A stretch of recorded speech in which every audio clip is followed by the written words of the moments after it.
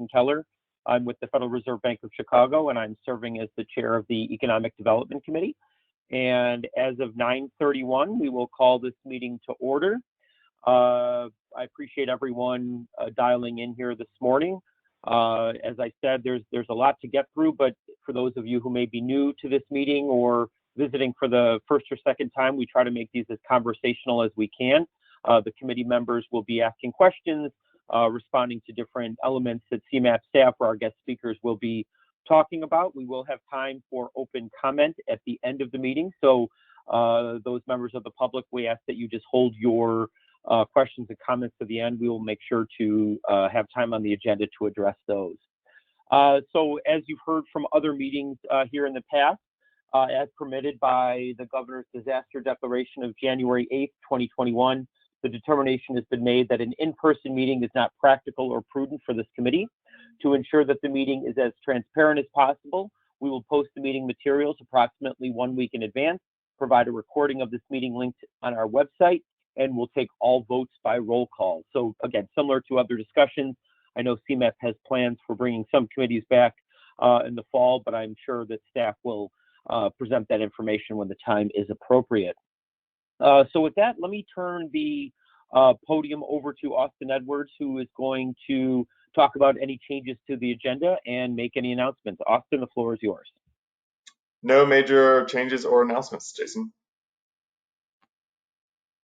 Great. Moving on, we will go ahead and approve the minutes from the March 22nd, 2021 meeting. We will also combine this with our roll call for committee members. So Austin, the floor is yours to take approval of those minutes. Great. So as in previous meetings, I know this is a little bit of a wonky way of doing this, but it helps to combine both attendance and approval of the minutes. So as I go through the members, if you could just turn on your mics, say here and yay or nay on the minutes from March. So we'll begin with Jason Keller. Present and approved. Thank you. Dion Bowe. I believe she is traveling for work this week. Marie Castaldi. I hear and approve. Thank you. Lisa Castillo Richmond. Kevin Considine. Hear and approve. Peter Kretikos. Hear and approved. Right. Christy De Laurentiis. Xochitl Flores. Jonathan Furr. Hear and approved. Thank you. Brian Gay. Terrence Hall. Emily Harris. Hear and abstain. Michael Horsting. Hear and approved. Gretchen Kleinert. Kevin Kramer. Marissa Lewis. Hear and approved. Thank you. Tony Lusenko. Jonathan McGee. Kathleen Nelson. Henry Pierce. Hear and approved. Lance Pressel. Doug Pryor. Hear and approved. Jennifer Tammon.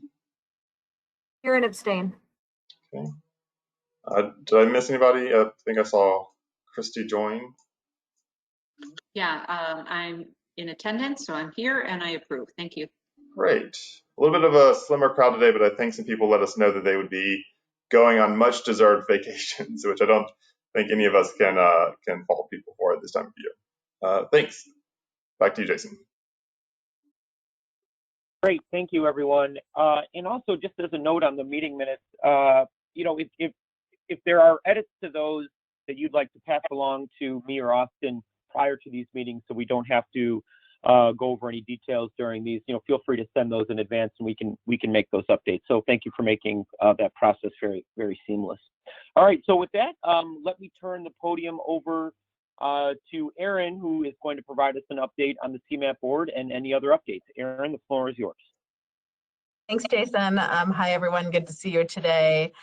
Just a few updates from us. Our board is on, I suppose, recess for July and August, but we did have a meeting last month in June.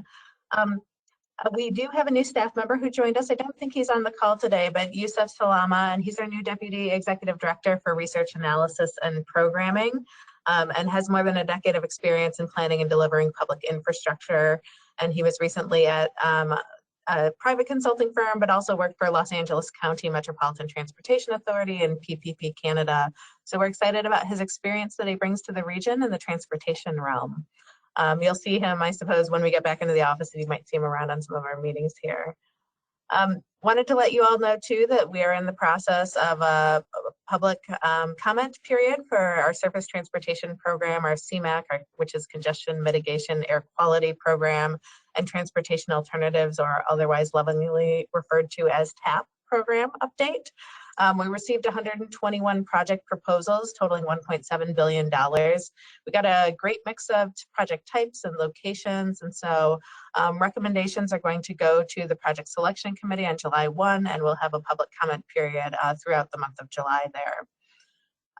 Also wanted to let you know too that for nearly 2 years we've been working with the Metropolitan Mayor's Caucus and developing a regional climate action plan that's focused on municipalities.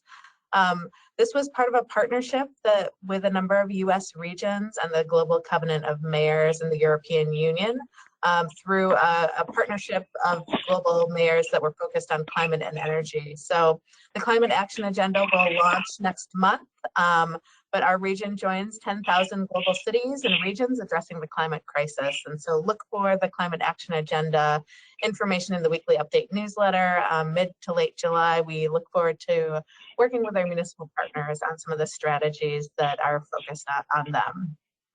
And then also, if you hadn't seen in our newsletter, we've got, we launched our first ever awards program called the CMAP Regional Excellence Awards. The goal is really to celebrate and recognize implementation successes and inspire others to take action to implement the 2050 plan. So there are 4 categories of awards, including Individual Visionary Award, and then awards to recognize projects that support the plan's principles of inclusive growth, resiliency, and prioritized investment. And then I'm not sure if I've made this announcement because all of these online meetings run together, but wanted to let you all know too that October 7th, we will be having a State of the Region event where we will announce the winners and talk a little bit about some of the surveying we've been doing across the region to better get a handle on where there might be opportunities for us to advance the work of the 2050 plan.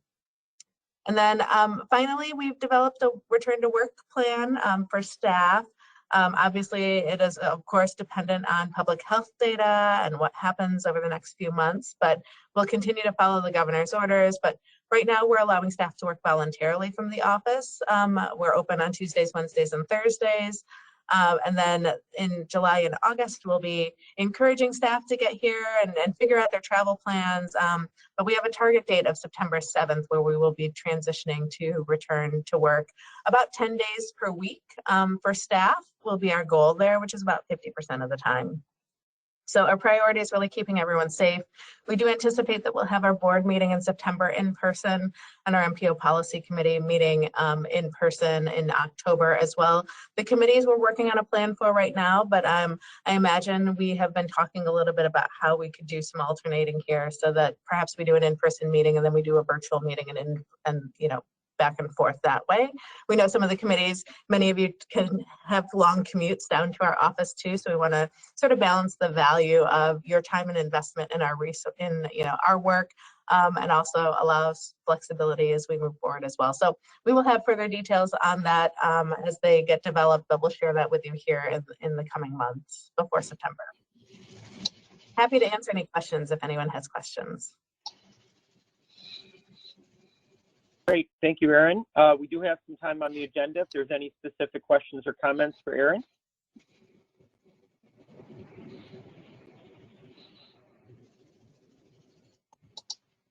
I am not, is someone trying to come off mute? All right, Aaron, not looking like anyone has any questions or comments, so thank you very much for that update. As always, I know you were open for questions or comments after the meeting, so please feel free to reach out to Austin or Aaron with any questions or comments based on her update. So thank you very much. Thank you.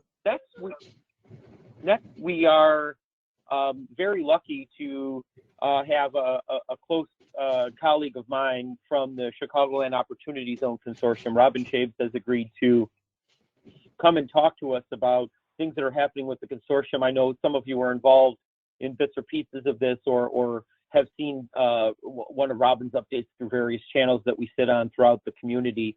But we thought it would be a good idea to bring her aboard here this morning to provide an update to this Economic Development Committee.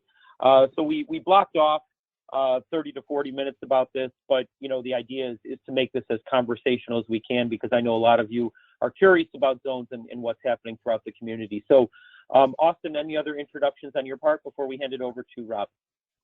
No, I think we're all just looking forward to the conversation. Great. So with that, Robin, the podium is now yours. Great. Thanks, everybody. Thank you very much, Jason, for inviting me, and thanks to the committee for allowing me to be part of your agenda. Austin, if you could advance to the next slide. So today I wanted to cover a couple of things. I'll give a high-level overview of the incentive, although I'm sure all of you are versed in what is the Opportunity Zone Incentive. I'll spend some time talking about the consortium, how it came to be, what it does. I'll talk about how all of us in the economic community development realm can use this tool to help leverage community development with an impact. And then lastly, I'll share some early lessons learned from the work that the consortium has done so far. So if you could advance to the next slide. So I thought I would start with sharing with the committee the number of tracks that are located in the city of Chicago and suburban Cook County, which happens to be the geographic place that the consortium is focused on. The state of Illinois actually has 327 different opportunity zones scattered throughout the state, but as you can see from this slide, more than half of those opportunity zones are either physically located in the city of Chicago with 135 tracks or suburban Cook County with 48 tracks. How this compares to other states and other communities, having been on a recent panel, I learned that, for example, the state of Indiana only has approximately 100 plus opportunity zones for the entire state. Smaller communities such as Duluth, Minnesota only has 5. So clearly, Illinois has some of the most opportunity zones. I think there are only 4 other states that have more opportunity zones than Illinois. So this puts the work that we do in context. And this slide also shares with you some of the statistics that were factored in when opportunity zones were created, how our zones compare to the national profile of opportunity zones. So Austin, advance to the next slide. So the consortium is a collaborative of almost 30 different entities. And the consortium was an idea that grew out of the Chicago Community Loan Fund. At the time when the incentive was created back in 2017, and as a reminder, the incentive is to allow for the redeployment of capital gains that are generated by a variety of assets. So in this case, it's not like a 1031 exchange program where it's only related to real estate. In this case, an opportunity zone investment can come from the capital gains from a variety of assets. It could be gains made on the sale of a stock. It could be gains made on the sale of art. It could be gains made on the sale of real estate, et cetera. So it certainly expands that opportunity to redeploy those capital gains into what's called a qualified opportunity fund. And that means that that money can be redeployed then into either real estate projects or to operating businesses or to real estate owned by operating businesses. So it certainly is a flexible, less transparent tool than most folks want to see, and that's probably something that will change down the pike. But in terms of how it compares to other community development types of incentives, whether it's new market tax credits, low-income housing tax credits, historic tax credits, it's very flexible to deploy. It's not funneled through an existing governmental entity. Rather, investors have to acknowledge on their tax forms that they are going to take advantage of this incentive, and then this incentive gets directly invested into QOFs, qualified opportunity funds, which then benefits real estate or businesses. So when that legislation came out in 2017, 2018, when people were starting to talk about it, leadership at Chicago Community Trust asked the question, how can we work together to see how to collectively use our resources, leverage the incentive to move forward equitable development, job creation, local wealth building? Would it make sense to do this collectively rather than have 30+ entities trying to move that same thing forward? Is there power in that number? So some of our members include certainly representatives of the state of Illinois, Cook County, City of Chicago, World Business Chicago. We have every CDFI that operates within the Midwestern footprint sitting at the table. We have several philanthropic funders who are part of the consortium, as well as private sector and not-for-profit agencies that are part of this. So you can see on this slide very quickly the members who are participating in the consortium at this time. So if you could advance to the next slide. So this was a slide from the original action plan that the consortium put together. So this group came together, they met several times in 2019, decided yes, they wanted to work together, and they wanted to make sure that we moved from what they were calling a distributed ecosystem where everybody was doing their own thing as it relates to the opportunity zone incentive to a collaborative ecosystem where we're working together. And so that is indeed what we have achieved so far with the action plan that got created. So we have been at it for about 1.5 years. I was brought on board in the beginning of 2020 to help implement the consortium's action plan and move forward all of the various tasks and initiatives. So some of the high level things that we do, I try to break it down into 3 key things. First off, we are very much an education provider. We talk a lot about this tool. We have a lot of resources that we make available on our website. We produce or participate in a variety of webinars, some of which you can download or view on our website. We also produce a lot of collateral materials. Additionally, we want to make sure that folks at the community level truly understand the capabilities of this tool and how it might be able to be used for smaller scale projects at that community development level. Since our zones, at least within the city of Chicago, are certainly within our commercial corridors and some of our residential neighborhoods that are in need of additional investment. For suburban Cook County, the tracts are very different. The tracts are much larger in scale, which allow for different kinds of job creation, job generating types of uses that could be developed on larger tracts of land. So the idea was to be an education resource to provide technical guidance on the tool. We have some limited grant funds that we've been using to help actually do one-on-one technical assistance for a small group of projects and businesses that were suggested by consortium members. The second thing that we do is we collect information on this tool. Right now, the legislation is such that it's not as transparent as one would like it to be. So word of mouth, research that we do, we are looking to uncover those projects that have received OZ investments within our footprint. And then the last major thing that we do is we try to matchmake between pipelines. So we keep a compilation of active pipeline projects, whether it's businesses, vacant land, real estate projects, and where we can, where it makes sense, we try to match them or at least make introductions to OZ investors to see if we can get that project and investment to move forward. So those are the 3 primary things that we do.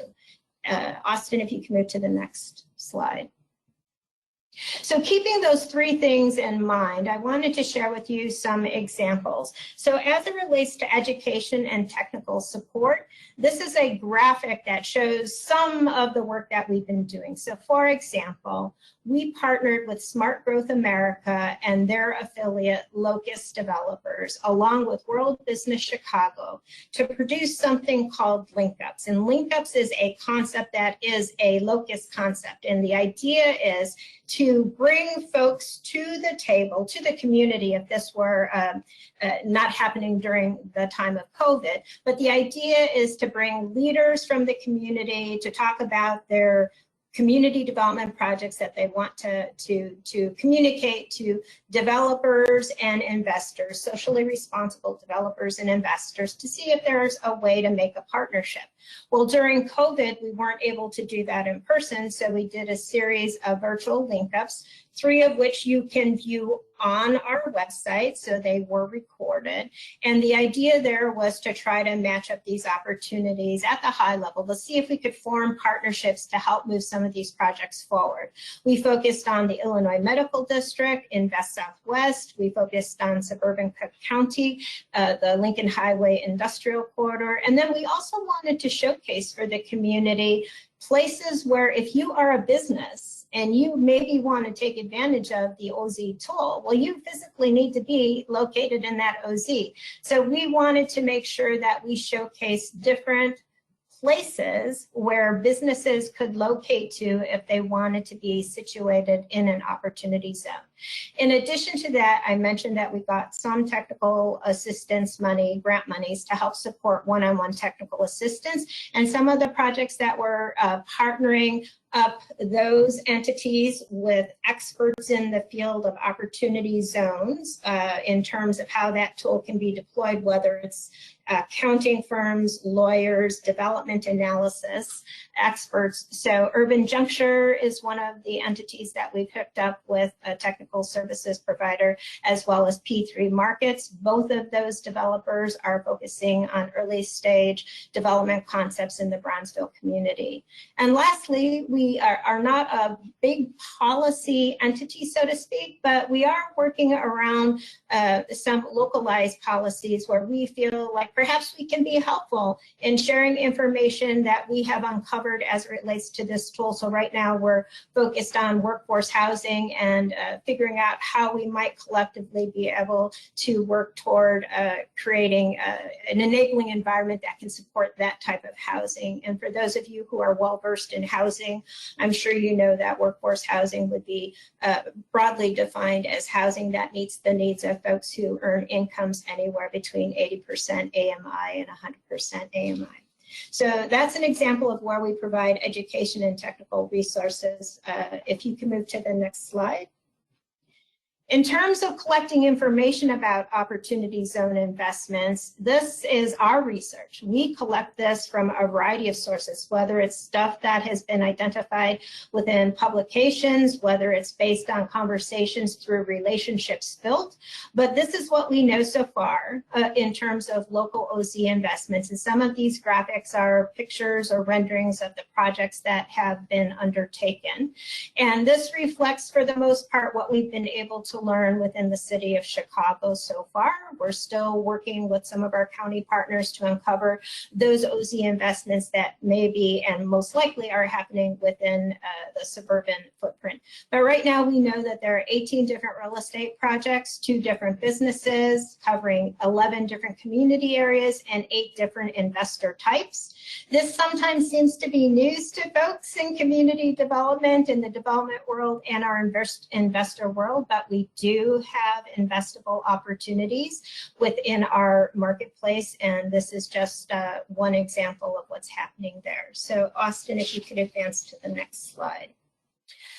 This slide is just a high-level graphic, again, showing the third thing that I said that we primarily do, and that's to understand what is the current pipeline so that we can match pipeline where it makes sense, where it looks like there could be a feasible opportunity with an investor. So at the highest level, the green represents the pipeline of real estate development opportunities. Most of them are vacant land opportunities. Some of them are real estate project projects still seeking investment. And then the smaller piece of the pie are businesses that are actively looking to also get an OZ investment. We provide a lot of guidance, even if it's not through our very limited technical assistance grant funded program. We field a lot of calls from many, many folks, whether it's community-based folks, developers, investors, and others, government folks, wanting to better understand this tool and how they might be able to learn about it, or maybe they have a project that they think might make sense. So we do a lot of guidance through one-on-one calls in addition to our technical support, but this is what we're currently tracking. The pipeline comes primarily from members within the consortium who share information with us, as well as businesses calling us up and saying, hey, you know, I've heard about this tool, I don't know much about it, how can you help? And we spend some time talking with those individuals, those business owners, and some of them do make it onto the pipeline, some of them are not yet ready or may not make sense to pursue an OZ investment. So if you can move on to the next slide. This is just a high-level slide showing all the different activities that were part of the consortium's initial action plan. And this is just a graphic type of tool for the consortium members to very quickly understand where we are in the progress of the action plan. Green means that that task has been completed. Yellow with a green outline means that that's an ongoing task, like understanding the pipeline, matchmaking, those are always going to be ongoing tasks of the consortium, which quite frankly don't end. And then there are other tasks that will end, but that are not yet completed, but are almost there. So for the most part, almost every single task in our 2-year action plan has already been completed or is nearing completion. So we are working on figuring out what our next 2 years might look like as we update our action plan. So if you can move to the next slide. So now I just wanted to spend a few minutes talking about this tool, and knowing that many of the committee members are already working deeply in the realm of community and economic development, and how to think about this tool if you are a governmental body, and how it might align with your strategies, your community plans, and how to think about it. So this is a super simplistic example, and this is calculated off of Baker Tilly's OZ calculator, and you can find that if you just Google Baker Tilly Opportunity Zone Calculator, you will get access to a spreadsheet. But what this is trying to show is the impact of this tool if you take advantage of it. So the investor gets a variety of incentives over the course of time, and based on the current legislation as currently written, there were 2 periods of a step up in basis, and then the big benefit is that if you invest your OZ funds and keep that OZ investment in place for 10 years, then on the gains for that OZ investment that you've placed in that QOF, you do not have to pay capital gains on that appreciation. So this is patient capital, long-term capital that investors want to keep in place for at least 10 years so that they can take advantage of that particular part of the incentive.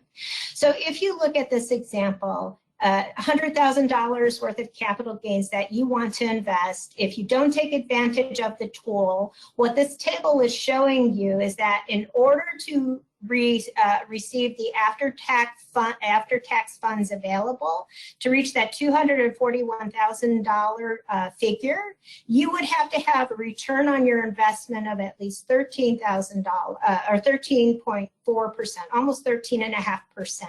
And on top of it, you've had to expend tax dollars, so you have less to invest right off the bat. If you look at the opposite side, on the right side of the table, you can see that you could invest if you take advantage of, if you could go, yeah. You can see that you can take advantage of investing the full $100,000. You would need less of a return required to arrive at that same after-tax funds available, and you'd pay less in taxes. So super simplistic example. Not that simple, obviously, if you're dealing with a more complex project, but this is just a quick way to show the benefit of the OZ tool. And this is assuming that we're at the 20% capital gains, federal capital gains mark.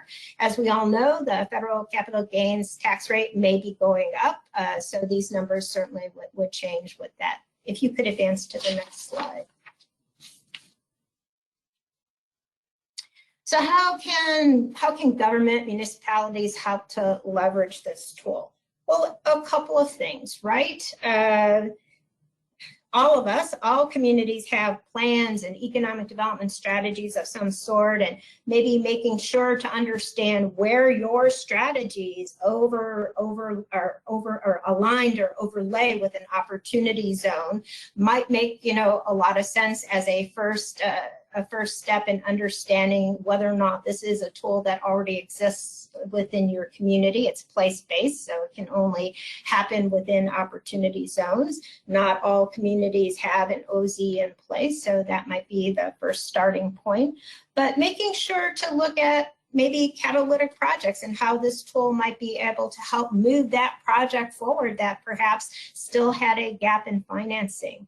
Maybe there's a way to look at incentivizing these types of, to capture this private equity that otherwise would not be invested in the communities where OZs are physically located. Maybe there are ways to look at how your city-owned land processes are happening. Certainly, time is of the essence for projects that are located in OZs because the incentive right now is somewhat static in terms of when the last date is that you can make an investment to still get advantage, take advantage of the 10-year timeline, etc. So fast tracking or concierge services provided by municipalities to help move things forward in a more quick time frame within an opportunity zone certainly could make sense. And then data sharing, let us know, let the consortium know if you are working with OZ investors, or if you want to work with OZ investors, if you want to understand this tool a little bit better, sharing more information with us so that we can share it with,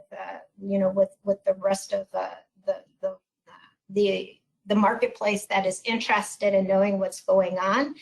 Investors want to know that deals are happening within the footprints that they're considering investing. So the more we can share data, understand how the tool is working, understand if there are any challenges in terms of deploying the tool, all of that helps, especially if Congress is going to be looking at some tweaks to this legislation down the road. So being in communication can certainly help understand the tool and how it's working here in our footprint.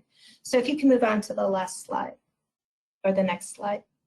So here are some of the learnings that we have uncovered in the first year and a half of operations. Contrary to what some folks in our footprint think, there is a diversity of local OZ funders and fund types. There certainly are a variety of investor requirements. It's not a one-size-fits-all, and investors have very, very different requirements. For example, we have a couple of seed investors that are interested only investing in early stage businesses. One seed investor is only interested in looking at a certain growth rate in terms of the kind of revenue projection that business might develop. So it's not going to be a model that fits all types of businesses. Another seed investor is only interested in funding business to business types of businesses. So business to consumer type of business, that particular investor, for example, wouldn't be interested in looking at those kinds of projects. We have a couple of different family offices that are investing. Some are a little less stringent, and some, quite frankly, are very stringent in terms of where they want to invest their dollars and make sure that it fits with their own investment parameters. In addition to it having social impact, there may be other very specific parameters or business types that investor might not be interested in investing in. So that's why I always say there's always a need for more investor pathways to accelerate fund deployment, just because there's such diversity and types in terms of the kinds of things that investors want to invest in, as well as the return expectations. Obviously, social impact investors are going to be looking for a lesser IRR, so to speak, than perhaps more of a market rate type of an OZ investor. And then I've mentioned that in some cases, there are some local misconceptions around the lack of feasible opportunities and investors in our footprint. That is not the case. We do have investors. We have investor interest right now. We also have several OZ investors who are looking for workforce housing deals within our footprint. That's not just the city of Chicago, also suburban Cook County. So if you are aware of any workforce housing types of projects within your community, and if they happen to be located, or if a developer is looking to develop such a development within an area that is already within an OZ, let us know. We'd be happy to make those types of introductions. And then lastly, there is just a continued growing appetite for OZ information. I have gotten more calls at the beginning of 2021 than I probably got in the middle of 2020. This is another tool in our toolbox with the impact of COVID and all of the work that we need to do. This is just another tool that we can help deploy in addition to what we're already very familiar with. In terms of areas of focus for the consortium, clearly we're going to continue on providing technical advisory support and or guidance. We're always going to be the OZ educator, so to speak. We want to make folks well aware of this tool and how it can be used. We're thinking of ways to better pull together an OZ tool set for communities. We're not quite sure exactly what that's going to look like. We have some idea of what that's going to entail, but probably too premature for me to mention any specificity there at this time. And then obviously the continued data gathering and policy analysis. So if you could advance to the next slide. This is my contact information if you'd like to reach out to me, and I would be happy to answer any questions that any of the committee members have. Great, thank you, Robin. We have some time here on the agenda for any questions or comments. So feel free just to take yourself off mute and ask away.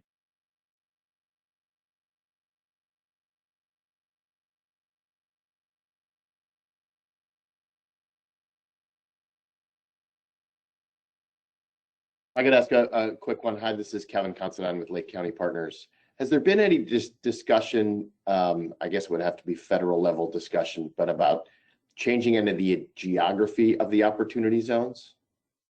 That's a great question, and Congress already made its determination, and there will not be any changes based on the decennial census. Okay, cool. Thank you.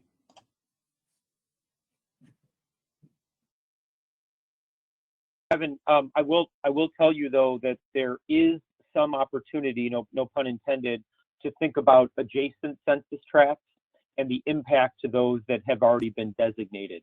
So even though the property itself may not be in a zone, as Robin said, there won't be any changes to the census tracts themselves.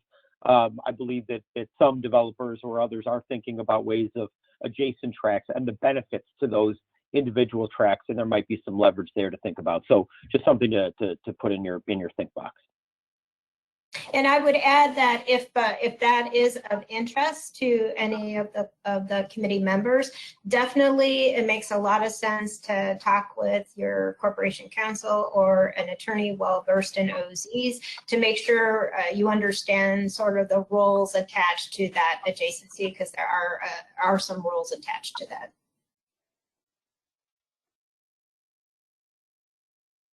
Robin, it's Christy De Laurentiis from Suburban Mayors and Managers. How are you? Hi, Christy. I have a question regarding the presentations and I'm not sure if you're calling them info sessions or webinars on the various opportunity zone locations, including the one in the south suburbs and the Lincoln Highway. Have you had any concrete leads following any of those? How are you tracking that? Basically as a product of those workshops? Yeah, so I do stay connected with the folks that were participants in the link up. So for example, we have a very close working relationship with folks at the City of Chicago. I have a regular check-in with the real estate director at the Illinois Medical District. Mohammed of suburban Cook County, or Cook County, is one of our members, so clearly understand what's going on there. But yes, there has been follow-up from some folks who participated in those link ups. For example, there was a developer located in another state that happened to be part of one of the link ups. They follow Locust developers, and so they were very much interested in wanting to come and visit some of the sites in the Illinois Medical District, more from a workforce housing perspective, to see if there were some sites that might make sense for that type of development. For the Invest Southwest link up, we got quite a few phone calls, lots from, quite frankly, from businesses who were inspired by what the City of Chicago team was promoting in terms of the sites in the opportunity zones. And so that's great because, you know, more businesses, more entrepreneurs, so did make those kinds of connections. So we do see impact. We also see, we track the metrics on our website, and we can see that when we talk about or advertise or market the webinars or the link ups, that totally drove traffic. I can see the number of results and the number of hits that we get for folks who look at our webinars, who are looking at the link ups on our website. That's helpful. Thank you. Michael, you appear to be off mute. Would you like to ask a question of Robin?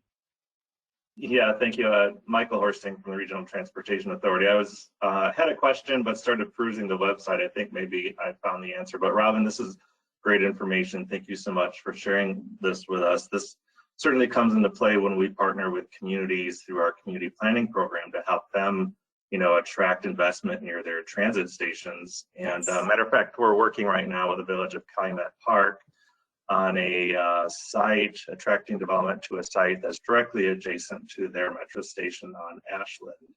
And I believe it is in a qualified opportunity zone. So it sounds like the technical assistance that maybe you provide is directly with the municipality, but maybe that's a good clarifying question. Or do you also provide technical assistance to developers who are interested in working in an opportunity zone and taking advantage of the investment? Yeah, so we talk to everybody. I am happy to talk to municipalities, to, you know, have folks understand how to think about the tool or how the tool works. We also talk to developers. I have had several calls with different developers wanting to better understand the tool. A lot of developers, real estate developers, are already very familiar with the 1031 exchange. And so oftentimes developers think it's similar to the 1031 exchange, and it's not. You get much more benefit from the opportunity zone incentive, even though it's somewhat modeled like a 1031 exchange. 1031 exchanges, though, are only, you can only deploy your capital gain in one real estate project into another real estate project. That's not the case, obviously, for OZs.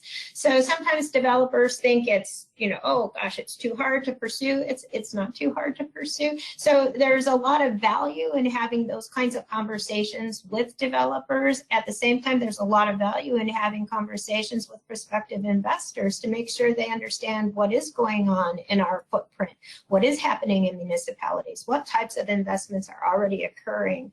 But I'm happy to talk to municipalities, happy to talk to developers, happy to talk to anybody on this call, because it's a tool that is really truly unique from the standpoint of being able to bring significant amount of private equity into areas that otherwise would not have seen private equity be invested in projects within the footprint. So the more we talk about it, the more we let folks know that there are investable opportunities and that municipalities understand the tool, and that, you know, we're all willing to figure out ways in which to have that positive social impact. Then, you know, kudos to all of us for getting that word out there. Yeah, for sure. Thank you so much. That's very helpful. Robin, something else from the technical assistance standpoint, which I think you just alluded to, but just to clarify, obviously with the geographic footprint of the consortium being in Chicago and the southern suburbs, are you open to talking to other counties represented on this call to be able to help them think about building a consortium of their own, or thinking about lessons learned from your startup and some of the resources you might be able to share to DuPage or Will or Lake County or others represented here on this Economic Development Committee? I would absolutely be happy to talk to anybody who's interested in wanting to perhaps create a consortium of their own or a smaller version of the consortium. I'm also happy to send a link to anybody who's interested. I actually wrote an article for Opportunity Zone magazine that talks about some of those elements, and I'd be happy to share that link with folks as well. But absolutely happy to talk to anybody. Great, thank you. Any other questions or comments for Robin?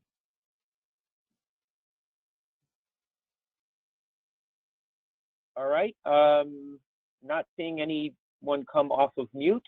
So Robin, thank you so much for spending time with us here this morning. Your contact information is obviously up here on the screen, but if others would like to reach out to me directly to get Robin's information, or Austin too, we'd be happy to share that. So Robin, thank you very much. Thank you, really appreciate it. Bye. All right, moving on our agenda, Austin and Cole, I believe you were up next for thinking about use of local incentives and some findings on some technical assistance. So the floor is now yours. Great, thanks, Jason. As we were coming off of On 2050, we did sort of an evaluation of our committees, and one of the things we heard back was that we really wanted to have more thematic meetings that would allow us to have a little bit deeper conversations around a particular topic. And it worked out pretty well that with having Robin join us, and then also some progress we've made on some policy work that CMAP has been doing, we can sort of think about where the agency is on providing technical assistance, as well as some of the policy analysis, the policy work around how local development incentives can be more effective and more efficient in their use. So what I want to do today is provide a sort of a brief update on where we are with some of the data analysis that we're bringing to the conversation, and then turn it over to one of our new planners, who is Cole Nader, who is helping to work on some of the technical assistance options that we're providing in terms of a local municipal consortium around local development incentives. So let's just get started. Let me move on to the next screen. I'm not going to dwell on the context too much. I think many of you were part of the development of On to 2050 and sort of remember some of the elements that came out of the plan. In particular, we know that incentives are used extensively by local governments across Northeastern Illinois, often at substantial fiscal cost, and that runs sort of headlong into national academic research that suggests that incentives are efficient or ineffective. And so there's a real tension there that we tried to address in the plan in terms of thinking about how we can look towards incentive reform and provide best practices and models to help local governments improve their use of incentives. This has taken a couple of different forms over the last 2 years. In particular, we started sort of thinking about the recommendations in the plan. And prior CMAP research, we produced a local guide that many of you were involved in and helped us sort of think through. This was published last summer, and we brought it to the committee at one of our previous meetings, and I encourage you to go back and look at it in a little bit more detail. But it's really geared towards providing both standard practices and best practices that local governments can think through in terms of how to put development incentive policies in place to sort of guide their own use. What are some of the criteria they want to prioritize? What are some of the options that are available to local governments in terms of asking more of developers to be strong community members? There's a wide range of activities in the guide, or a wide range of recommendations, and we wanted to think about how we could deploy that across the region, and we've continued to pursue engagement around it over the last year. But one of the main takeaways that we had during that process was thinking about some of the more holistic conversations that need to be taking place around incentives reform, particularly at a regional level or state level, and what some of the data or analysis that would feed into that conversation would be. And that's where we've come to the prevalence report, which is what I'm working on now with some of our other team members, and what we're going to provide initial findings on today. And then the second piece of that was, well, the guide is helpful and we can do sort of engagement around it to promote the guide and its recommendations. But there's a little bit more hands-on, tangible technical assistance that we can be providing, primarily by making sure that municipalities have a chance to talk to each other, trade sort of very on-the-ground intelligence around how incentives can be used more effectively and what some of the practices that are in play in different communities. So, as I said earlier, Cole will join me in a minute to talk about the Incentives Consortium. And then, of course, what we probably won't address too much today is that the incentives guide, the prevalence report, the Incentives Consortium, all falls into the bucket of technical assistance that we provide through our LTA program and in other ways that we reach out directly to communities. And that's going to be an ongoing practice that we continue to pursue in the background. So what are some of those initial findings that I was mentioning? Well, as I was saying, incentives can be a tool for achieving any number of public goals. And like any tool, once in a while, you need to do an inventory to make sure it remains fit for purpose. Today, I'll mostly be talking about three common types of incentive tools: sales tax rebates, tax increment financing, and Cook County property tax incentive classes. In the report, we will also be looking at property tax abatements in business districts, but for the needs of time, I think we'll skip over those today. Over 2/3 of the municipalities in our 7-county region are currently implementing at least one of these incentive programs. Altogether, incentives cost local governments hundreds of millions of dollars. Due to how they are reported, it's difficult to sum up incentives used to any single cost figure, but we know that the numbers are big, and evaluating the efficacy of these incentives, identifying ways to improve them, this is all why this kind of research is critical. We had a couple of different objectives as we were thinking through what to bring to bear in this conversation, what CMAP can sort of uniquely provide. One portion in particular was sort of bringing systematic data and context to incentive use. There's a lot of conversation around incentives. We've certainly been part of many different conversations over the years, and we often recognize that there's been a lack of sort of what's the scale, what's the scope that we're talking about, how much incentive use is there out there in the region. How do we think about it relative to the options for revenue generation that communities face? What are some of the pressures on communities to bring new development to use these incentives? As I said earlier, it's to improve and support uptake of the guide, as well as to engage officials around some of the reforms and incentives that we want to be talking about. So to begin with sales tax rebates, municipalities and counties can share a portion of their sales tax revenue generated in development back to the individual businesses, including both local option sales tax and a portion of the state's sales tax that's dispersed to local governments. Altogether, there are 328 active agreements across 123 municipalities in the region. This is down slightly from 2015, which was the last time CMAP had a chance to look at this information. At the time, CMAP found 359 active agreements across 132 local governments. So if you sort of put these numbers together, there are fewer municipalities using sales tax rebates, but those that are have expanded their use slightly. So some rebates are simply a percent of any sales tax revenue collected, but local governments may use other provisions to help limit the potential cost of offering these subsidies. Agreements may define the number of years that it is in effect, a minimum sales threshold or requirements for occupancy and certified release space, or defining a maximum rebate that will be allowed under the agreement. We don't have complete information, but the published maximums across these active agreements could total $447 million. But as I said earlier, there's a lot of missing information in the Department of Revenue's database that we're using to look at these. And so the total cost could actually well exceed that amount. And sales tax rebates can obligate significant funds over time, often without caps. For example, 10 communities have a maximum rebate of more than $10 million, and 36 others have an agreement that will last for more than 20 years with no reported maximum. So really, it's an open question as to how much these agreements are costing communities. And how are we utilizing this tool? Over half of sales tax rebate agreements are related to retail categories, with more than a third going to vehicle dealerships. Not surprising, sales tax rebate agreements are primarily going towards sales tax generating businesses, although there is some use for sales and distribution offices as well.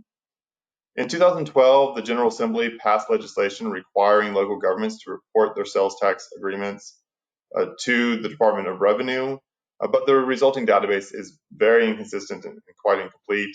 For example, we only have information like maximums or the particular revenue source, that local option sales tax or the state's disbursements.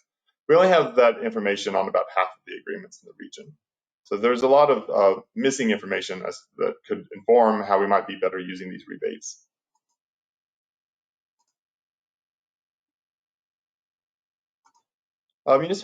Municipalities with few revenue options often use sales tax rebates to spur development that has more local fiscal benefit than meaningful economic effect. The state's current tax system contributes to this type of sales tax driven development. Sales tax revenue typically composes about 10 percentage points more of total municipal revenue for communities with sales tax rebate agreements. We recognize that there are a wide range of issues in terms of municipal revenue options, and part of what we want to do with this project is put the incentives use into context or around the wider tax reform policy options that are out there for us as a state. Moving on to Cook County incentive classes. Cook County assesses commercial and industrial property at a higher rate than residential property. This is not new information, it's pretty widely known in the region and often discussed. Cook County assesses commercial and industrial property at 25%. And residential property at 10%. This results in a higher tax burden on many businesses. Incentive classes help to address this by reducing the assessment rate for certain commercial and industrial property owners for up to 12 years, although many of these incentives are also renewable and can last for quite a bit longer. 95 municipalities and portions of unincorporated Cook County use incentive classes in 2019. Altogether, incentivized properties compose about 9% of estimated commercial industrial market value in the county. So a pretty substantial chunk of commercial industrial property, and as well as some of the revenue generating properties in these municipalities.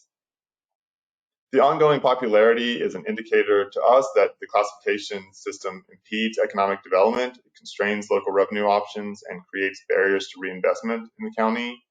Just over half of the tax burden for these taxpayers, for commercial and industrial, I should say, is a function of the burden shift inherent to the classification system. So again, we want to be thinking more around the structural solutions, including the gradual phasing out of Cook County's classification system that might address these inequities and reduce the need for incentives of one type or another. As we look at the distribution of incentive classes, it's really driven by two main factors. First being the presence of significant industrial lands like those in communities around O'Hare or across the south suburbs, as well as the statutory restrictions on Class 8 revitalization incentives to enterprise zones or particular townships across southern Cook. The industrial developments make up 2/3 of the total market value in the non-residential incentive classes. So they're very heavily geared towards some of the redevelopment of industrial lands or the preservation of industrial lands. Communities with significant industrial lands like McCook, Bedford Park, and North Lake tend to incentivize nearly all of their industrial properties. Among the 21 municipalities where industrial property makes up at least 5% of the total market value, 16 have placed 90% or more in incentive classes. So very heavy use in very small geographies. And no municipality incentivizes more than half of its commercial market value. So again, very heavily geared towards those industrial lands. Moving on to TIF, I probably am not going to dwell on this because many of you are already well familiar with TIFs and how they work. I imagine that many of you are more familiar than my other audiences that I talk to. But as a quick recap, TIFs are used to fund improvements in blighted areas or to conserve areas that may become blighted. They effectively freeze the property tax base of various taxing authorities and use any excess tax collections to finance redevelopment projects. This can be a very effective way to sort of level up the potential property tax generating power of different areas, but they can also divert revenues from a wide area to the benefit of specific developments that would otherwise go towards general services and infrastructure. So there's a real tension in the way that TIF is used and quite a bit of controversy around it within the region. As we look at some of the broader numbers, about 6% of the region's property tax base is committed to raising TIF revenues. And this is about 2/3, 181 municipalities use a TIF district with an annual total revenue surpassing $1.3 billion. So like I said, significant use in the region for all kinds of purposes. I will mention briefly that these totals do not include the red-purple modernization within the city of Chicago. And that's a little bit of a different beast in terms of using value capture in order to provide sustainable funding for transit.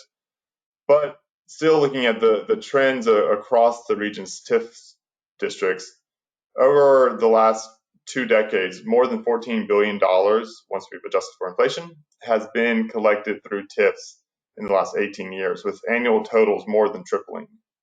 There's sort of a mixed bag as to what's driving this growth. 35 more communities have established districts, and the existing municipal users have formed new districts over this time. Properties within TIF districts have also appreciated in value, helping to contribute to the rise in property tax revenue.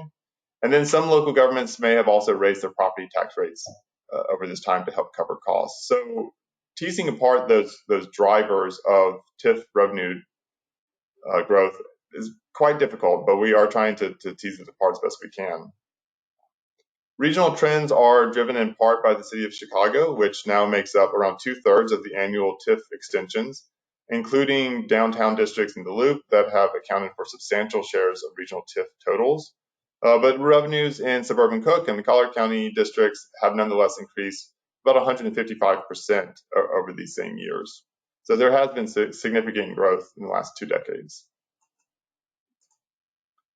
Moving forward, we still have some more work that we're hoping to dig into as we think about how can we bring this information to bear in some of the conversations around incentive reforms.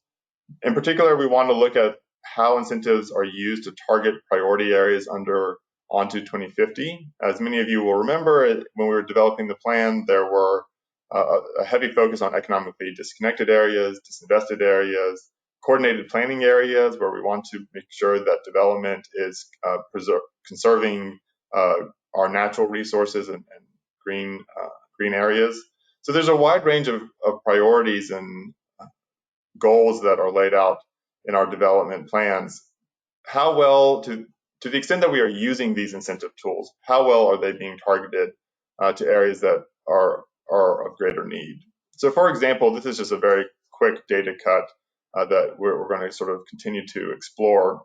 But on average, municipalities with active incentives have more people living in economically disconnected areas. They have lower median household incomes and a smaller potential tax base per capita in terms of real property values and annual retail sales. Yet they rely more heavily on property taxes for operating capital funds. These differences reflect both the distinct barriers to market investment in higher need communities and policies intended to prioritize or restrict incentive use to such areas. Again, we want to be thinking about some of the structural solutions like modernizing the tax system or targeted reinvestments that can reduce the need for incentives by reforming how services and infrastructure are funded. And that's really the motivating factor. So I'll just give you a brief example. Many of you will recognize this map from Onto 2050. The areas in yellow in particular are those economically disconnected areas. Those in blue are disinvested areas and more of the commercial side of disinvestment, sort of the business market conditions. And then those areas in greens are overlaps where an area is both economically disconnected and disinvested. And we see a real mismatch region-wide in terms of the concentration of disadvantage away from employment centers. And how incentives might feed into this is thinking again about some of those catalytic projects that may be helping to broaden the market opportunities in disadvantaged areas. So as we think about the total use of incentives across incentive type, whether it's a sales tax rebate, a property tax abatement, incentive class, these are often sort of fungible tools to local officials. To the extent that we are using these local incentives, how well are we targeting them to particular areas that have been identified in development plans? We are only looking at local development incentives, and of course there's a major piece out there around state incentives, the way that state incentives feed into this process, as well as some of the federal incentives like opportunity zones that Robin was talking about earlier. But for the moment, we want to sort of think about, of the tools that are most within local communities' control, how well are we as a region sort of targeting areas of greatest need? So I see there have been a couple of comments come in briefly. Okay, I think we can move forward. So I'm going to turn it over to Cole, who can go into a little bit more detail about how we are taking the policy analysis and research and applying it to some of our technical assistance options. So give it to Cole. Thank you, Austin. Hi, everybody. My name is Cole Nieder. I'm an assistant planner here at CMAP. And as Austin said, I'm here to talk about the Incentive Guides Consortium in a little bit more detail and to also continue incentive usage within the region. Next slide. So to better understand the Incentives Guide Consortium, I do want to give a little bit of background on the Capacity Building Consortium, which is a newer program within CMAP and is funded by the MacArthur Foundation.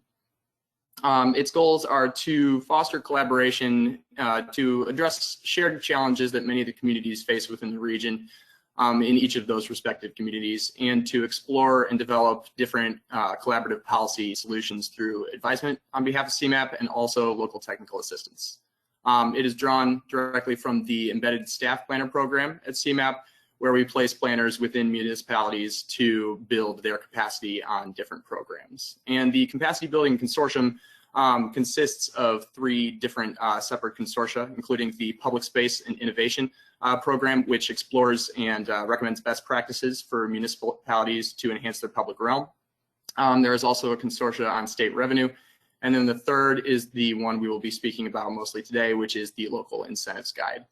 The goal of the Capacity Building Consortium program as a whole is to not only build capacity while CMAP is assisting those communities directly, and while those communities are receiving assistance, but also to leave sustainable capacity building measures after our assistance concludes. Next slide. So to build off that sustainable capacity building measure, the consortium is based around 4 connected tenets that you can see here. And that is learning, collaborative decision-making, trust building, and capacity building. And on the topic of incentives, we are looking to achieve and sustain these 4 aspects through that collaborative decision-making process. And at the same time, we do acknowledge that incentives can be a nuanced and challenging topic, and there's not a one-size-fits-all solution for municipalities. And recognizing that as we going forward, we realize that that is an incredibly important part of this incentive guided process. Next slide. So the logic for behind this collaborative initiative, it's not only beneficial from a regional perspective, but also from a local and more targeted perspective with the participating communities within this initiative, and then also the community partners at the local level. CMAP offers their expertise in convening stakeholders and collaborating with those stakeholders and with relevant groups to generate better and more improved and new ideas and improved knowledge, and to share this. And in turn, we think this will shape policy recommendations and build that sustainable capacity and enhance those goals going forward. From a community and partner perspective, this provides an opportunity and a platform for professional development between municipalities and between municipalities and experts, and also to increase healthy connections between municipal administrations within localities in the region. They can learn from others to generate different best practices and common best practices on incentive usage. And it essentially establishes that platform for future partnerships going forward as well, both with the institutions I was referring to earlier and municipal administrations. Next slide. So as we've created and scoped this project, we've established some considerations we need to make and some goals we want to establish as well. And we want to, of course, make incentives more effective for the municipalities that use them and more targeted. We want to make these incentives produce more deliverables for the municipalities that use them that can be measured going forward. And this, of course, adheres to the recommendations with the On to 2050 comprehensive plan of making incentives more effective. In terms of next steps, the incentives guide, this was referred to earlier, but the incentives guide was essentially step 1 of this process. And the prevalence report was step 2. And the incentives guide consortium can serve as step 3 as a way to make our research and recommendations more actionable and to put our research and recommendations into a collaborative setting to make them applicable to the different municipalities that plan to use them. And finally, we want to build trust and consensus, not only on a regional level, but also between the local municipalities that are involved. We think that this is the greatest opportunity for enhancement of overall capacity and from a sustainable perspective. Next slide. And then finally, I just want to go briefly over the program design and the activities that we see this program putting forth. This project, of course, has its own phases and goals that are surrounded, on capacity building and incentive work. And we see this project running from start to finish roughly 18 months. This project will come in 2 sections, starting with the pre-work section, where we will be convening communities that are similar in size. This would be the pre-work section, where we'll be convening communities that are similar in size and industries and allowable uses that will not necessarily be neighbors within the region. And we want to facilitate discussions with these municipalities and also with development industry experts through a peer learning process. And the deliverable on this section will be to test out the logic of collaboration for when we implement the full consortium. And that will be the second section then, which is the sub-regional section. And the sub-regional section comes in 5 phases. The first phase will be working with a group of municipalities within a sub-region under an agreement with those neighboring municipalities. And the second phase will then be a professional development phase where we establish shared direction, and this will be through discussions, panels, listening sessions, and different direct examples of incentive uses to enhance that knowledge and enhance that direction as well. The third phase will be an industry exchange with different industry partners backed up by data analysis that will produce an evaluation guide to go forward in the implementation process. The fourth phase will then be a peer exchange where we accelerate different policy action and analysis through expert panels and advisement. And finally, our final phase will then be a phase of sub-regional collaboration, and this is kind of the goal that we want to get to, where we reach consensus about the use of targeted incentives to achieve more concrete and actionable policy steps that will create healthy deliverables.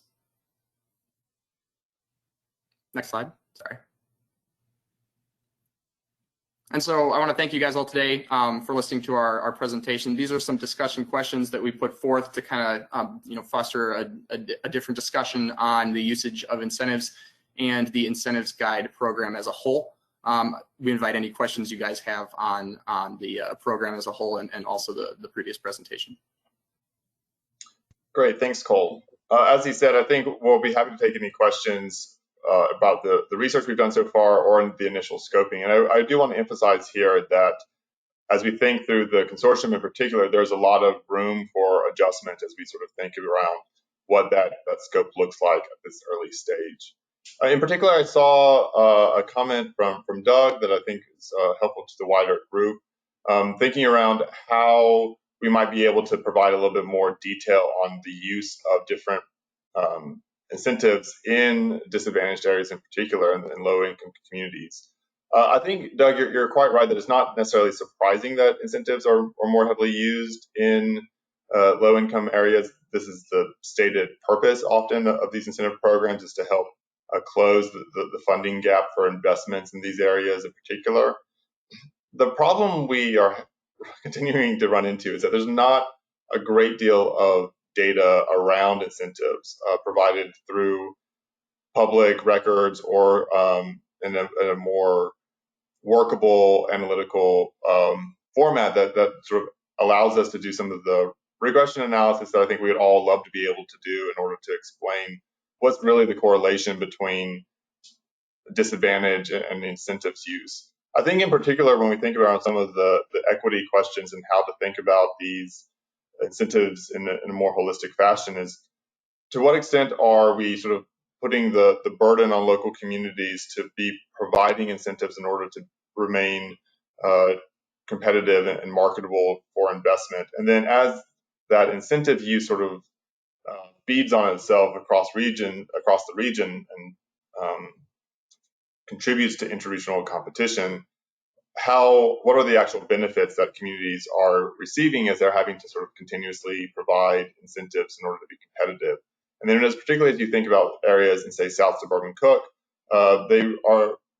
they've sort of fallen into a trap where they have to provide property tax incentives in order to be competitive, but without property tax incentives, let me back up. They have to provide these incentives in order to be competitive, but because the property tax incentives are so high, they are not necessarily receiving the fiscal benefits, the revenue options out of it. And so we really want to think about the way that we are concentrating our incentive use in these areas and then putting the burden of paying for them on these areas as well. Other questions or comments on the research, or we can start to begin to talk about the questions that Cole has posed.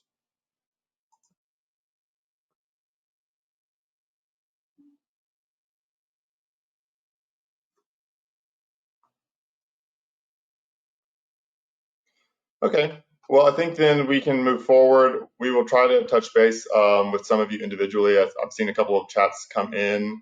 We'll continue to think about how we put this consortium together and get your feedback on it individually offline.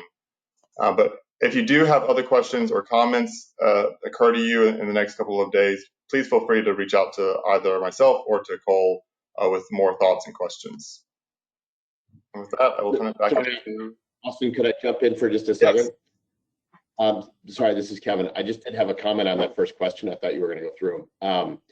On the peer communities, it would be great to get some industry insight. So not just who the communities think their peers are, or maybe what data says the peers are, but get from the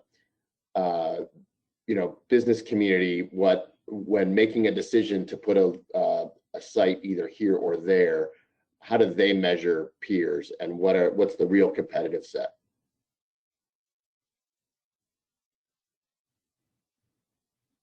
That's helpful, Kevin. I really appreciate that. I think in particular, we are trying to think around whether or not peers are just an issue of nearby communities that are facing similar market pressures. Are they other communities that are in sort of a competitive, similar competitive position?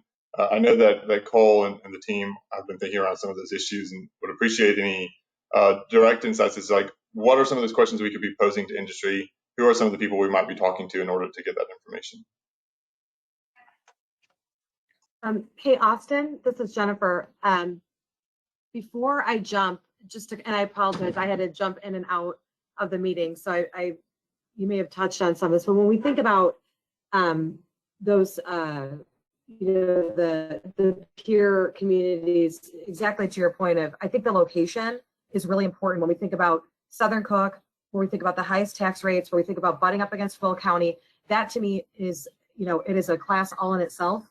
And I don't know if this was discussed, but to me, all these things are going to have in common is, is there going to be a discussion around, the big elephant in the room, which is a total problem with our assessment practices.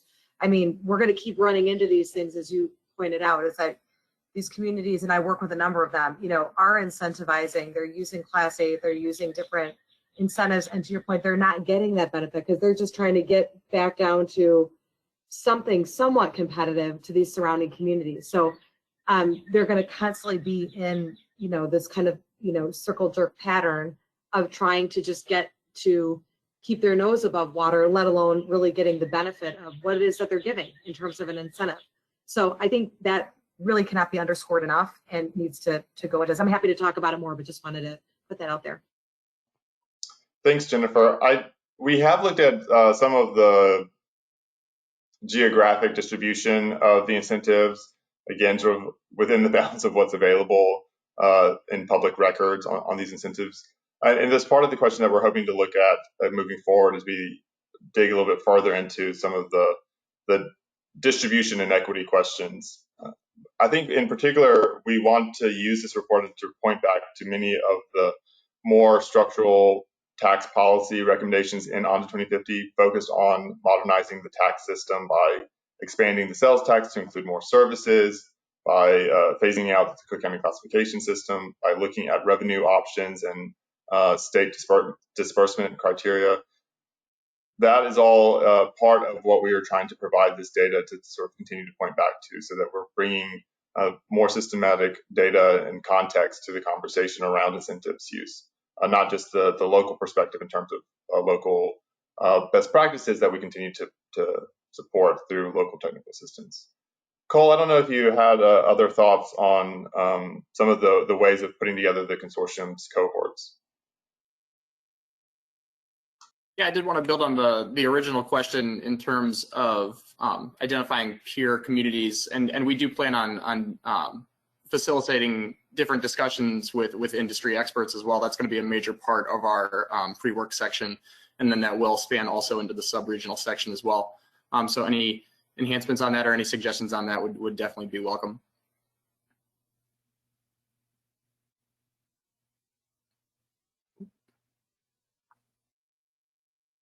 Okay, thank you so much for that update. In the interest of time, our final formal agenda item is going to come from Julie Burrows, talking about a new campaign. So Julie, the floor is yours. Thanks so much. Hi, everyone. Julie Burrows. I'm a senior planner with CMAP, and I've been serving as the staff to the tourism working group of the Regional Economic Recovery Task Force. And they've been meeting since, I'd say, mid-November of 2020. Can we get the next slide, please? This is a group of about 18 folks, mostly comprising the destination marketing organizations in the region. And this would be, Visit DuPage, Choose Chicago, Meet Chicago Northwest, et cetera, but also includes Restaurant Association, Hotel Motel Association folks. This group early on identified some broad goals as related to economic recovery focused on the hospitality industry.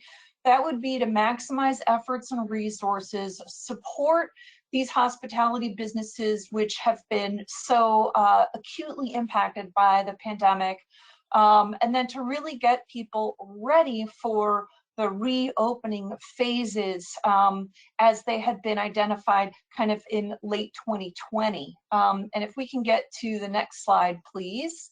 In this working group, they did identify some priority issues. If you recall, it seems almost like a distant memory now that things are reopened, but there was a tremendous amount of complexity in identifying reopening tiers and phases. The entire region is not just one region, it's actually several sub-regions. And quite frankly, not every jurisdiction was following or enforcing the same guidelines. The industry was decimated by closures, and then the destination marketing organizations were further decimated by a complete loss of their funding source. They relied almost entirely on revenue from hotel motel taxes. With all those properties closed, there's no revenues flowing to those marketing organizations. And then they had to cut staff to really the bone. So the funding for recovery available to these destination marketing organizations was decimated. And then finally, the issue of getting the word out that it was safe to travel locally, that they could stay safe while exploring new things in the region, get outdoors, and then a big shift in promoting to local audiences. Most of the destination marketing organizations were structurally focused on what's called heads in beds, getting people to stay in hotels, and then sort of shifting their marketing to local audiences, which isn't about hotel stays, but just about visitation, maybe some local spending, was a big issue to sort of shift and reframe their work. If we could get the next slide, please. So together they really developed a strategy of working together to understand shared assets, to develop coordinated messaging, to leverage their existing platforms, which is social media, web pages, email lists, and to come up with a regional collaborative marketing campaign, and then to really look at a phased marketing coinciding with the phased reopening of the region, so that at first it would be most narrow, hyper-local, small business, emphasizing safety and outdoor attractions. And then as the phases sort of reopened, there'd be an ever-widening geography and more of a focus on specific activities and specific attractions to attend. Let's get the next slide, please. And then concurrently, as they were developing this strategy, there was a tremendous amount of new funding allocated to the sector. So for example, some of the jurisdictions were, for the first time, so McHenry County sort of at a county level funding the destination marketing. CARES Act provided funding to jurisdictions, marketing organizations, also to businesses. PPP loans kept many small businesses afloat during the pandemic. And then of course the American Rescue Act plan, which specifically allowed funds to be used for reopening marketing, tourism. The Shuttered Venue Operators Grant, which rolled out very recently to allow things like theaters, to, music venues to reopen and ramp up. And then finally, the Restaurant Revitalization Fund, again, something that just launched in April to get restaurants recapitalized, restaffed, resupplied up, and reopened. So with a lot of that sector funding flowing to the businesses, we can get the next slide, please. Our collaborative regional marketing campaign was launched actually in March. It is, the URL is Visit Chicagoland.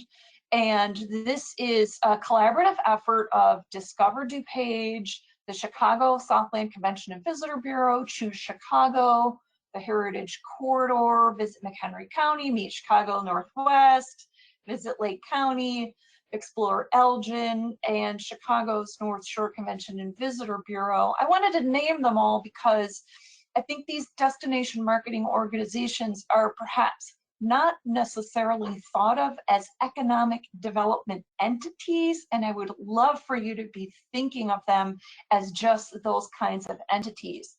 So they worked together with a marketing agency to come up with a campaign with the tagline, "The only thing missing is you." If we could get the next slide, please, to show a little bit of what the campaign comprises. So there's paid social ads and then also display marketing ads. This is approximately a $200,000 marketing campaign. And just for comparison's sake, something like the state of Ohio has recently approved a $60 million statewide tourism marketing campaign. So this is very small, very targeted, very efficient, meant to be immediately impactful throughout the region. It's a 4-month campaign, so March, April, May, June, July, August. Actually really started in May. The collaborative work together March, April, launched in May.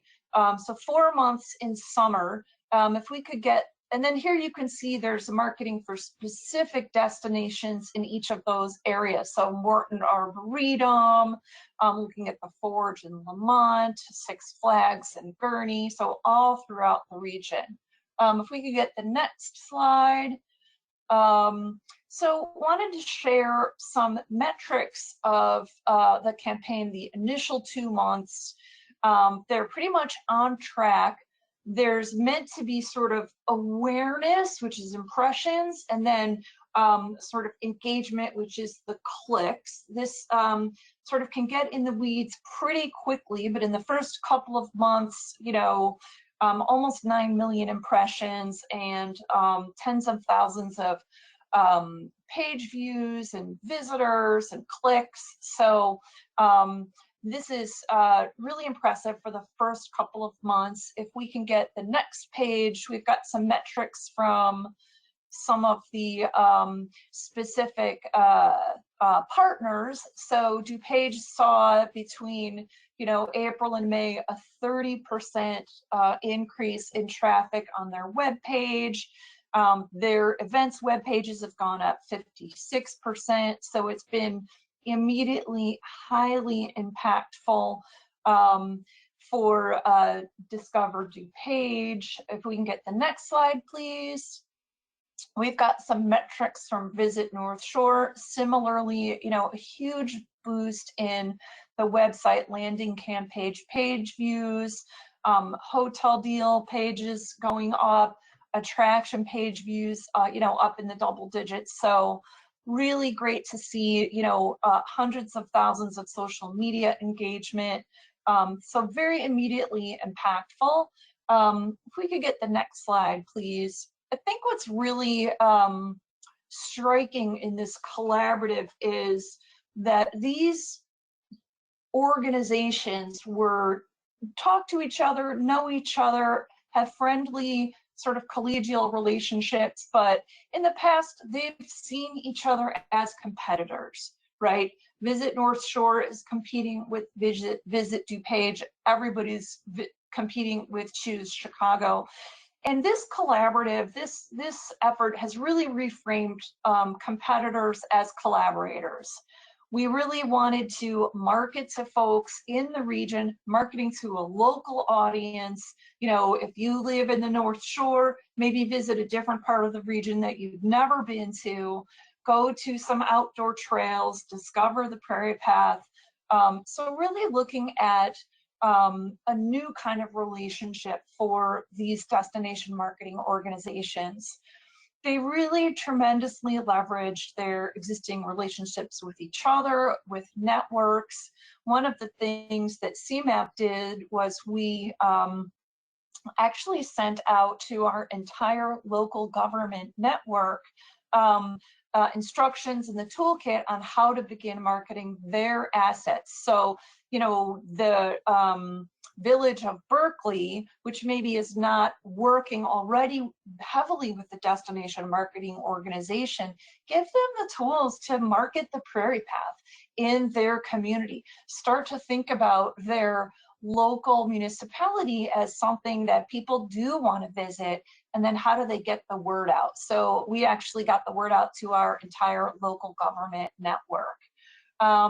You know, they repurposed an existing URL, visitchicagoland.com, sort of revitalized it, re-envisioned it, completely redesigned that site, but really didn't have to start from scratch. They already had some of those existing networks that they could leverage.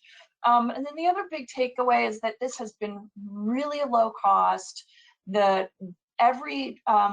Every organization didn't have to hire a separate marketing organization. Together they hired one marketing firm and are leveraging these beautiful graphics, these beautifully designed sort of social app, and really trying to leverage that's low cost, high impact social media campaign and display ads. Let's get the next slide if we can. The next step is really some cross-fertilization with the other working groups of the Regional Economic Recovery Task Force. As you may have heard, there are some workforce issues. We've got a workforce working group.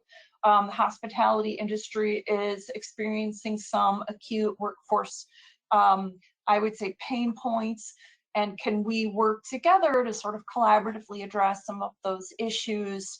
They would like to address some of those shared issues of workforce, transportation, sustainability, and then how can they build on this momentum? They're looking at doing a fall campaign. So this would be September, October, November, December, kind of getting into the reopening of the cultural seasons, getting into Halloween, back to school, harvest, Oktoberfests, holiday shopping, holiday activities, outdoor holiday markets. So there's a tremendous amount of momentum that can be built on with a fall campaign. And then frankly, how can they sort of extend the reach of this by possibly identifying some additional investment so that they can even extend some of this display marketing, do more paid social, really look at those metrics and see where small investments could have a big payoff with further getting the word out about supporting our hospitality businesses. So that is really the meat of it, and happy to entertain any questions with the full caveat that I myself am not a destination marketing organization, and so happy to pass along any specific questions to the partner organizations if that's if there's something that I can't answer right now. Great, thank you, Julie. Any questions or comments from the committee?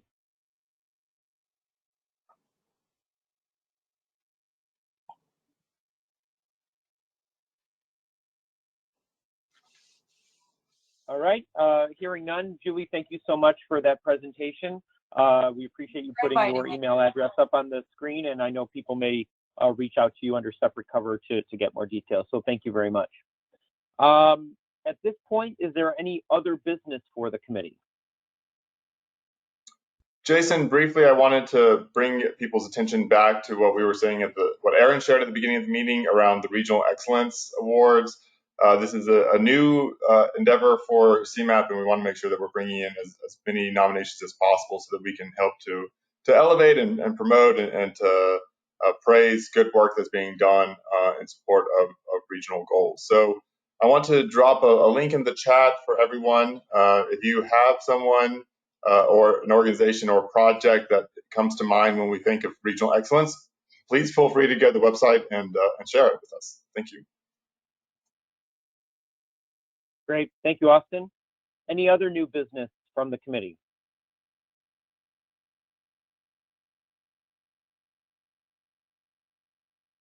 All right, not seeing any other new business. At this point, we will open the floor for public comment. This is an opportunity for comments from members of the public.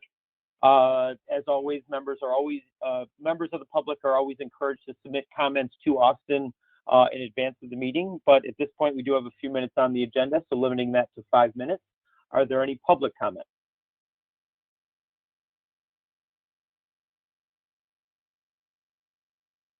None have been submitted by email. Right. Okay, nothing on the table for public comment. Austin, any information on the next meeting for this committee? We are currently scheduled to meet in October towards the end of the month. We currently do not know whether or not that will be in person or virtual. I think that our board is continuing to think about what would be best for keeping everyone safe, but also encouraging the maximum engagement that we can get and provide. We would love to be able to invite everyone to our new offices at the old post office building downtown. It's a great space, and I'm excited for everyone to see it. But we will make announcements as soon as possible once we have more information. But either in person or virtual, we expect to have a meeting in late October. Great, thank you. I appreciate everyone sticking around here for this discussion. I know we lost a few committee members due to other commitments, but as of 11:10, do I have a motion to adjourn? So moved. Thank you, Michael. Do I have a second? Second, Doug Pryor. Thank you, Doug. So with that, we will adjourn the meeting and hopefully to see everyone on October 25th, either through this platform or in person. So thank you very much and have a great rest of the day and a great rest of the week. Meeting adjourned.